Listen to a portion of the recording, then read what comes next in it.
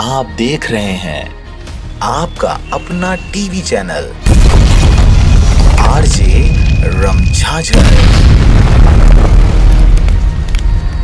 जज्बात के रंग, भरोसा के संग। नमस्कार, आप देख रहे हैं आरजे रमझाझर और मैं हूं पुखराज सिंह। लड़की से छेड़छाड़ के मामले में 5 माह से चूहे बिल्ली की दौड़ लगा रहे आरोपी को आखिर कैसे पकड़ा बिलासपुर पुलिस ने, देखिए इस रिपोर्ट में।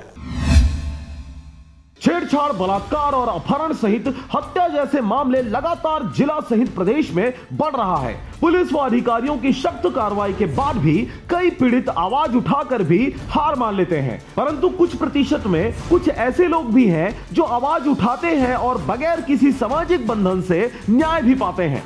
ऐसा ही एक मामला देखने को मिला बिलासपुर जिला में, जहां पर सिविल लाइन थाना में एक 20 वर्षीय युवती द्वारा राहुल माखीजा नाम के एक 22 वर्षीय युवक के खिलाफ छेड़छाड़ करने का मामला दर्ज कराया गया था। इस दौरान युवती ने बताया कि यह युवक लगातार युवती को परेशान कर रहा है और अपने प्रेम का इजहार नाना प्रकार से कर अपने अवैध मंसूबों को साकार करना चाहता है।